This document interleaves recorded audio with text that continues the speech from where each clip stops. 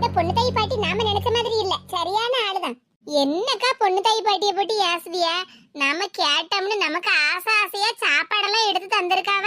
ஆமா, ஆசை ஆசையா நம்ம கேட்ட உடனே சாப்பாடு அள்ளி எடுத்து தந்துட்டாவ.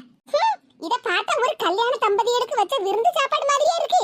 சோறு, குழம்பு, கூட்டு, பொரியல், பப்படம், அவியல், பாயாசம், மோர், தயிர்னு அவ்வளத்தையும் ஒண்ணா ஒரே சட்டில போட்டு கலக்கில தந்திருக்காவோ. எக்கா, நம்ம பொறவாசலோட போய் தானக்கா சாப்பாடு கேட்டோம். ஏன் பொறவாசல்ல போய் கேட்டா என்னவா? ஏன் அங்கனே ஒரு இலைய போட்டு நமக்கு வகை வகையா சாப்பாடு வச்சு தந்திருக்க வேண்டியதுதானே? அதுக்கு இல்லாம ஒரு சட்டில எல்லாத்தையும் ஒண்ணா போட்டு கலந்துல தந்திருக்காவோ. இதுல காணாத குறைக்கு நேத்திக்கு வச்ச பழைய மீன் குழம்பு வேற ஊத்தி இருக்காவோ. என்னக்கா சொல்லுதிய? நேத்திக்கு வச்ச மீன் குழம்பு வேற இதுல ஊத்தி இருக்காவளா? ஆமாங்க, சாப்பிடும்போது மீன் முள்ளு தட்டுப்பட்டுச்சுல. நேத்திக்கு மரகதக்கா ஐஸ்ல வச்ச சால மீனக 50 ரூபாய்க்கு வாங்கிட்டு போனாவோ. அதுல வச்ச குழம்பு மிச்ச மீதி இருந்திருக்கும், அதையும் போட்டுல கலக்கி தந்திருக்காவோ. சரி விடுங்கக்கா, நம்ம தனித்தனியா சோறு குழம்புன்னு வச்சா கூட எல்லாத்தையும் சேர்த்து ஒன்னா தானே சாப்பிட்டு வயிற்றுக்குள்ள அனுப்ப போறோம். அது ஈஸியா இருக்கட்டுமேனு பொண்ணு தாய் பாட்டி ஒரே சட்டில போட்டு ஒன்னா கலக்கி தந்துட்டாவோ. பொண்ணு தாய் பாட்டி நாம கேட்டோம்னு நம்மள மதிச்சு நமக்கு சாப்பாடு தந்திருக்காவக்கா. அதனால அந்த ஆச்சியை போட்டு ஏசாதிய. வந்துருவா அப்படியே தத்துவம் சொல்லதுக்கு. நமக்கு பொண்ணு தாய் பாட்டி சாப்பாடு தந்தத மரகதக்கா மட்டும் பாத்திருந்தாவோன்னா அவ்வளவுதான். அந்நேரமே நம்ம கையில இருந்த சட்டியை புடுங்கி கீழே போட்டு உடைச்சிருப்பாவோ. ஆமா ஆமா, மரகதக்கா தானே செய்வாவோ, அதையும் செய்வாவோ. மேனகா, மேனு செல்லம். மேனு செல்லமா? யாரது? நான் மட்டும் தானே மேனகாவை பார்த்து அப்படி கூப்பிடுவேன். மேனு செல்லம், மேனு டார்லிங், இங்கதான் இருக்கியாம்மா? மைனி, நீங்களா என்ன அப்படி கூப்பிட்டிய? ஆமா செல்லம், மேனு செல்லம், நான் தான் அப்படி கூப்பிட்டேன். செல்லம், டார்லிங்கா? என்ன மேனு செல்லம் இப்படி தெருவுல உட்கார்ந்து சாப்பிட்டுக்கிட்டு இருக்க? வீட்டுக்கு வர வேண்டியதானே? வீட்டுக்கு வரணுமா? சரி இல்லையே, சின்ன பொண்ணுக்கு பேச்சு சரி இல்லையே. என்னக்கா சொல்லுதிய? ஆமா, நான் தானே உன்னை பார்த்து மேனு செல்லம், மேனு டார்லிங், மேனுமான்னு கூப்பிடுவேன். உன்னை கண்டாலே உன் மைனிகரிக்கு பிடிக்காது. இப்ப வந்து நின்னுக்கிட்டு மேனு செல்லம், மேனு டார்லிங் அப்படி பாசத்தை பொழிஞ்சிட்டு கிடக்கா. நம்பாத மேனகா, நான் சொல்றேன், உன் மைனிகரியை நம்பாத. இந்த 4 முடி மேனகாட்ட என்னத்தையோ இலக்கி கொடுத்துக்கிட்டு இருக்க. உங்க அம்மையும் உன் மைனிகரையும் சேர்ந்ததுல பெரிய நாடகத்தை நடத்தி உன்னை வீட்டை விட்டு வெளியே துரத்தி விட்டாவோ. ஆமாக்கா, 2 பேரும் என்ன நடிப்பு நடிச்சாவோ. கடைசியில ஏமாந்து போனது நான் தானே. இப்ப பாத்தியா, உன் மைனிகாரி உன்கிட்டயும் வந்து நடிப்பு போட ஆரம்பிச்சுட்டா. ஏதோ உடன்பிறவா சகோதரிங்கிற முறையில நான் எப்படியோ உனக்கு சாப்பாடெல்லாம் வாங்கி எடுத்து தாரேன். நடுத்தருல உட்கார்ந்தாலும் நீ வயிறு நிறைய சாப்பிட்டுக்கிட்டு இருக்க. ஆனா உன் மைனிகரிய பத்தியா, வீட்டுக்கு வா, இங்க எதுக்கு தெருவுல உட்கார்ந்து சாப்பிட்டுக்கிட்டு இருக்கேன்னு நடிச்சுக்கிட்டுலாம் இருக்கா. ஆமாக்கா, என்ன நடிப்பு பாத்தியாளா? நான் என் பாட்டு உட்கார்ந்து சாப்பிட்டுக்கிட்டு இருக்கேன், இவளுக்கு என்ன வீட்டுக்கு வான்னு கூப்பிட்டுக்கிட்டு இருக்காவோ. மேனு செல்லம், நான் உன்கிட்ட பேசிக்கிட்டு இருக்கேன், நீ என்னடான்னா அந்த பக்கமா திரும்பி உட்கார்ந்துகிட்டு கீதாக்கா கிட்ட பேசிக்கிட்டு இருக்க. இங்க பாருங்க மைனி, சும்மா அப்படியே நல்ல பிள்ளை மாதிரி என்கிட்ட பேசி நடிக்காதீங்க. அட என்ன மேனகா, நானே உன்கிட்ட பாசமா பேச வந்திருக்கேன், நீ என்னடான்னா நான் நடிக்கேன்னு சொல்லிக்கிட்டு இருக்க. ஆமா, நீங்க நடிக்கதான் செய்வீங்க. ஏன் எங்க அம்மாவும் உங்க கூட சேர்ந்து நடிக்கதானே செஞ்சாவ. மாமியார் மருமோட நல்ல பிளான் பண்ணி நடிச்சு என்ன வீட்டை விட்டு வெளியே துரத்திட்டியல்ல. இப்ப எந்த மூஞ்ச வச்சுக்கிட்டு என்கிட்ட நின்று பேசிக்கிட்டு இருக்கிய? என்ன வீட்டுக்கு கூப்பிடுதிய? அட என்ன மேனகா, எவ்வளவுதான் பிரச்சனையா இருந்தாலும் நீ ஏன் சம்மந்திகாரி, நான் உன் மைனி, நம்ம வீட்டு பிரச்சனைய நாம தானே பேசி தீர்த்துக்கிடணும். இங்க பாருங்க மைனியா, நீங்க எந்த பிரச்சனையும் பேசவும் வேண்டாம், தீக்கவும் வேண்டாம், உங்க வேலையை மட்டும் போய் பாருங்க. அப்படி சொல்லு மேனகா. இந்த சின்ன பொண்ணு இவளாலதான் என் குடியும் கெட்டு போய் கிடக்கு. இப்ப மேனகாவையும் அவ பக்கம் இழுக்கலாம்னு பாத்துக்கிட்டு இருக்கா. நடக்காது சின்ன பொண்ணு, நான் இருக்க வரைக்கும் மேனகாவை உன் பக்கம் இழுக்கவே முடியாது. கடவுளே, இவளை எப்படியாவது இப்ப வீட்டுக்கு கூட்டிட்டு போகணுமே. ஒத்தையில இருந்தாலாவது இதையாவது பேசி எடுத்து சமாளிச்சு அவளை ஈஸியா வீட்டுக்கு கூட்டிட்டு போயிடலாம். ஆனா கூட இருக்கிறது 4 முடியாச்சே.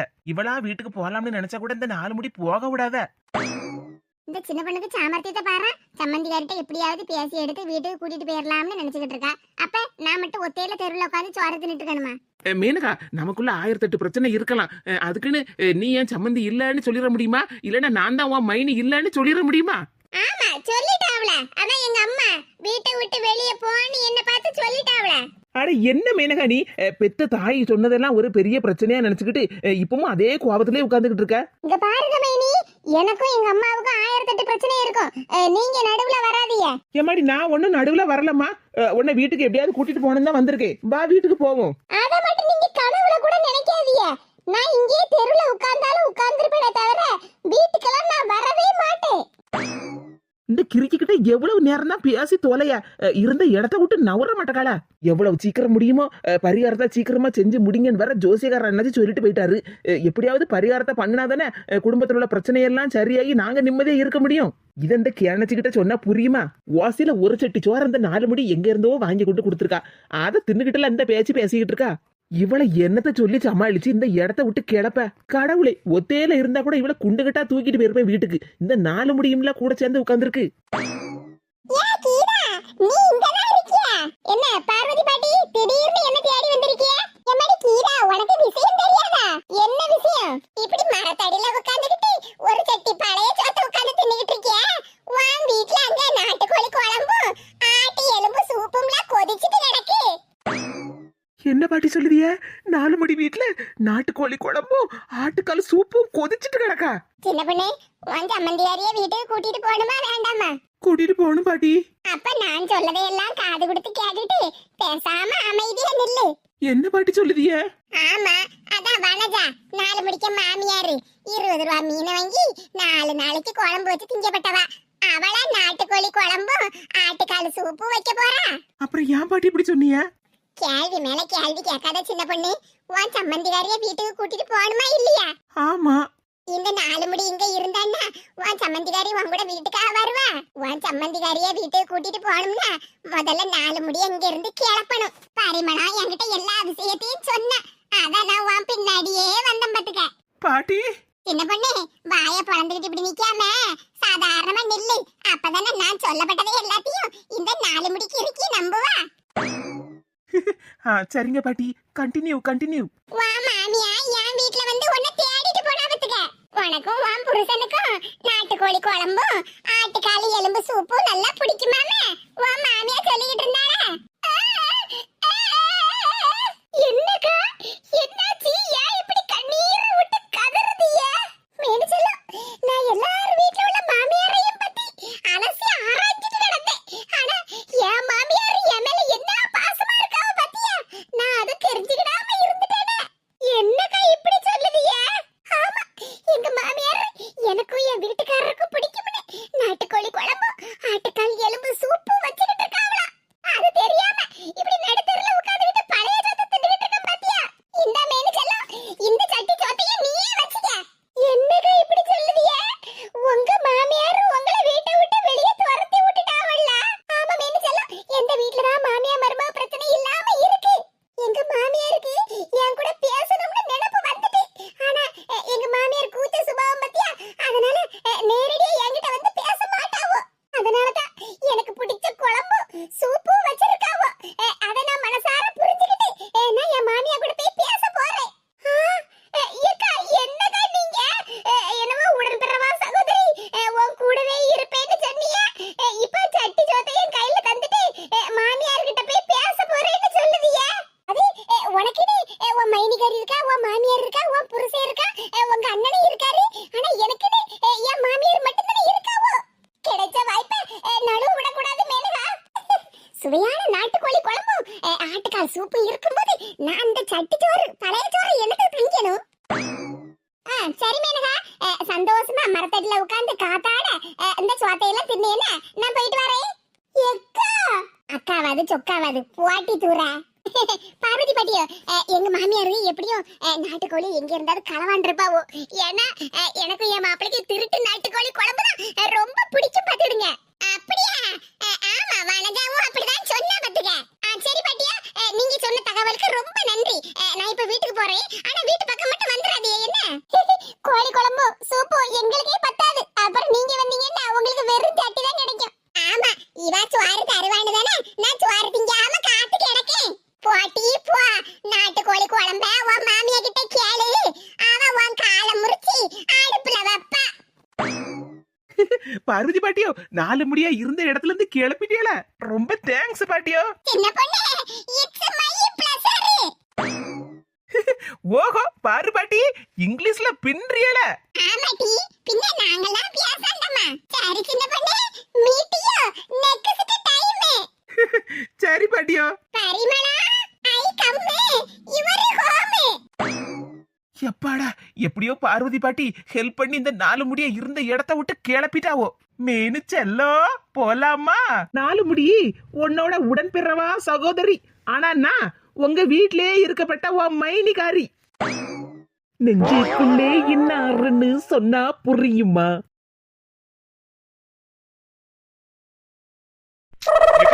இன்னும் எத்தனை நாளுக்கா இப்படி நம்ம ஜெயிலுக்குள்ளேயே அடைஞ்சு கிடக்க? அதான் உன் பொண்டாட்டி வந்துட்டு போனாள்ல, அவட்ட கேட்க வேண்டியதானே? ஏன்க்கா இப்படி கோவப்படுத? எத்தனை நாள் தான் இப்படி ஜெயிலுக்குள்ளேயே கிடக்குது தானே கேட்டுக்கிட்டு இருந்தேன். இங்க பாருல, நானே சரியான கோவத்துல இருக்கேன் பாத்துக்க. சரி, ஏதோ ஒரு சின்ன பிரச்சனைக்காக நம்மள தெரியாம ஜெயில கொண்டு வந்து போட்டுட்டாங்க. நம்ம இந்த ஆபீசர் அம்மா கிட்ட எப்படியாவது பேசி எடுத்து வெளியே போயிடலாம்னு நினைச்சுக்கிட்டு இருந்தேன். ஆனா அந்த நேரமா பார்த்து உன் பொண்டாட்டி வந்து எல்லா திட்டத்தையும் கெடுத்து போட்டாளல. என்னக்கா செய்ய? நாம ஒண்ணு நினைச்சா அது ஒன்னால நடக்கு. என்னல நினைச்சாளா நினைக்கலையான்னு பேசிட்டு இருக்க? உன் பொண்டாட்டிக்கு உனக்கு கல்யாணம்ங்கற விஷயம் எப்படில தெரிஞ்சது? அது எக்கா என்னல வந்து போயிட்டு கிடக்க? உன் பொண்டாட்டி மட்டும் இப்ப நம்ம மேல கம்ப்ளைண்ட் கொடுக்காம இருந்திருந்தான்னா நம்ம ஜெயிலுக்குள்ளேயே வந்திருக்க மாட்டோம். இப்ப நாம 1 2 3 கம்பி என்னதுக்கு காரணமே உன் பொண்டாட்டி தான்ல. வந்துட்ட கிறுக்கி. எக்கா கோவப்படாதக்கா. எப்படில நான் கோவப்படாம இருக்க? என் வீட்ல நான் மகாராணி மாதிரி இருந்தேன். இப்ப உன் பொண்டாட்டியால தானல நான் இப்படி ஜெயிலுக்குள்ள வந்து கிடக்கேன். வாய மூடிடி. நீ எந்த தப்புமே பண்ணல. சித்ராவால தான் இப்ப நீ ஜெயிலுக்குள்ள கிடக்கியா? பெத்த பிள்ளை வாழ்க்கை நல்லா இருக்கணும்னா எல்லா தாயும் விரும்புவா. ஆனா நீ சரியான பேய், பண பேய் பிடிச்சவா. உன் தம்பி வச்சிருக்கப்பட்ட சொத்து பத்துக்கும் நகைக்கு ஆசைப்பட்டு தானே உன் தம்பிக்கு 2ஆம் தரமா உன் மவளை கல்யாணம் பண்ணி கொடுக்கணும்னு நினைச்ச. மேடம், அப்படிலாம் பேசாதீங்க. அதெல்லாம் எங்க குடும்ப விஷயம். ஆமா, பெரிய குடும்ப விஷயம். பண்றது பூரா தில்லாலங்கடி வேலை. இதுல குடும்ப விஷயமாம்ல. உன் தம்பி கிட்ட உங்க கல்யாணம் எப்படி சித்ராவுக்கு தெரிஞ்சதுன்னு கேட்டியே, அதுக்கு பதில் சொன்னாரா? இல்ல மேடம், எந்த பதிலுமே என் தம்பி சொல்லல. இப்ப சொல்லுவாரு கேளு. யோ மனுஷா, சொல்லு ஓய். இல்ல என்னல இந்த மேடம் சொல்லுதாவோ? என் மவளுக்கும் உனக்கும் கல்யாணம்ங்கற விஷயத்தை உன் பொண்டாட்டி கிட்ட சொன்னியோ? ஏக்கா அது வந்து நேத்துக்கு போன்ல எனக்கும் அனிதாவுக்கும் கல்யாணம்னு ஸ்டேட்டஸ் வச்சிருந்தாங்கக்கா. என்னல சொல்லுத? ஸ்டேட்டஸ்ல வச்சிருந்தியா? ஆமாக்கா, நீதான் சொன்னிய விடிஞ்சா உனக்கு கல்யாணம்னு. அந்த சந்தோஷத்துலதான்க்கா எனக்கு கல்யாணம்னு என் போட்டோவையும் அனிதா போட்டோவையும் சேர்த்து ஸ்டேட்டஸ்ல வச்சேன்க்கா. என் ஸ்டேட்டஸ பார்த்த முத ஆளே என் பொண்டாட்டி தான்க்கா. கண்ணு முடி நோண்டி எடுத்துரும் பாத்துக்க. ஸ்டேட்டஸ் வைக்கார ஸ்டேட்டஸ். மேடம் கோவப்படாதீங்க மேடம். எனக்கு ஒரு சந்தோஷத்துலதான் மேடம் ஸ்டேட்டஸ வச்சுட்டே. அட படுபாவி, காது வச்ச மாதிரி கல்யாணத்தை முடிக்கலாம்னு பார்த்தா ஸ்டேட்டஸ வச்சு கடைசில என்னையும் ஜெயிலுக்குள்ள தள்ளி கம்பி எண்ண வச்சிட்டியல. ஏக்கா கோவப்படாதக்கா. நான் பண்ணதெல்லாம் தப்புதான் மேடம். எங்க அக்கா என் மேல பயங்கர கோவத்துல இருக்கா மேடம். அவளை சமாதானப்படுத்துறதுக்கு ஒரே ஒரு வழிதான் இருக்கு மேடம். என்னது? உங்க அக்காவை சமாதானப்படுத்துறதுக்கு ஒரே ஒரு வழி இருக்கா? ஆமா மேடம், எப்படியாவது ஒரு 2 செட்டு புரோட்டா வாங்கி தருவீங்களா மேடம்? எங்க அக்காவுக்கு புரோட்டானா ரொம்ப பிடிக்கும். புரோட்டா வேணுமா? புரோட்டா உள்ள வந்தேன்னு வச்சுக்கிடுங்க, 2 பேரையும் புரட்டி எடுத்து போடுவேன். தம்பி ஸ்டேட்டஸ் வப்பாரா, அக்காவுக்கு புரோட்டா வாங்கி தரணுமாம்ல. ஏக்கா கோவத்துல அடிச்சு போடாதக்கா. வாய மூடல விளங்காதவனே. ஐயோ கடவுளே, இந்நேரம் அந்த அருண் பைய கூட என் மவளுக்கு கல்யாணம் முடிஞ்சிருக்குமே. ஐயோ, அனிதாவுக்கும் அருணுக்கும் கல்யாணம் முடிஞ்சிருக்குமா? எங்கே எனது கவிதை? ரமேஷ் என்னாச்சு மச்சான்? எந்திரி மச்சான். சின்ராசு, நீ நல்ல விஷயம் தானே சொன்ன. அப்புறம் எனக்கு உன் மச்சான் இப்படி மயங்கி விழுந்துட்டான் என்னன்னு தெரியலையா குமாரு? மச்சான் ரமேஷ் எந்திரி, கண்ணை முடிச்சு பாரு மச்சான். ரமேஷ் கண்ணை முடிச்சு பாரு, எந்திரி. எல்லாம் என் தங்கச்சிய புடிச்ச கெட்ட நேரம். அதான் என் மச்சானையும் மயங்கி விட வச்சிருக்கு. சீக்கிரமாவே பரிகாரத்தை பண்ணி முடிக்கணும். நீ மச்சான், நீ சரியான சுயநலம் முடிச்ச ஆளு மச்சான். ரமேஷ் கண்ணு முடிச்சிட்டியா? எந்திரி மச்சான். ரமேஷ் ஒண்ணு ஆவல, மெதுவா எந்திரி. என்ன மச்சான், என்ன பார்த்து சுயநலம் முடிச்சவன்னு சொல்லிட்டேன். பின்ன வேற என்ன சொல்லதான்? ஏன் ரமேஷ், சின்ராசு கிட்ட எதுக்கு இப்படி கோவப்பட்டுக்கிட்டு இருக்க? குமாரு, உனக்கு எதுவும் தெரியாது, நீ அமைதியா இரு. இல்ல எப்படில அமைதியா இருக்க? சின்ராசு உன் மேல எவ்வளவு அக்கறையா பாசமா பேசிக்கிட்டு இருந்தா, நீ என்னடா திடீர்னு இப்படி கோவமா பேசிக்கிட்டு இருக்க? இங்க பாரு குமாரு, அதான் உனக்கு தெரியாதுன்னு சொல்லிக்கிட்டு இருக்கம்ல. அட என்ன மச்சான் நீ இப்ப நான் என்ன சொல்லிட்டேன்னு என்ன பார்த்து சுயநலம் முடிச்சவன்னு சொல்லிக்கிட்டு இருக்க? பின்ன வேற எப்படி சொல்லணுமா? இங்க பாரு ரமேஷ், இப்படி எல்லாம் கோவமா சின்ராசு கிட்ட பேசாத. முதல்ல என்ன பிரச்சனைன்னு கொஞ்சம் பொறுமையா அமைதியா பேசி முடிவெடுங்க. நான் என்னத்த முடிவெடுக்க?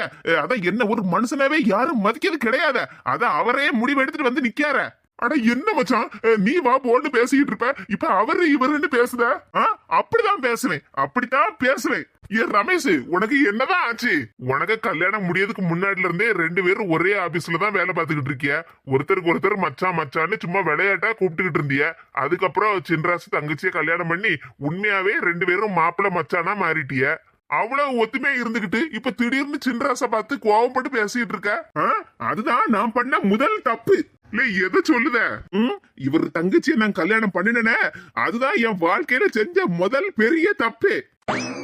அந்த தப்பையே என்ன திரும்பவும் செய்ய சொன்னா எனக்கு கோபம் வராம என்ன செய்யும்? மச்சான், என்னல இப்படி பேசுத?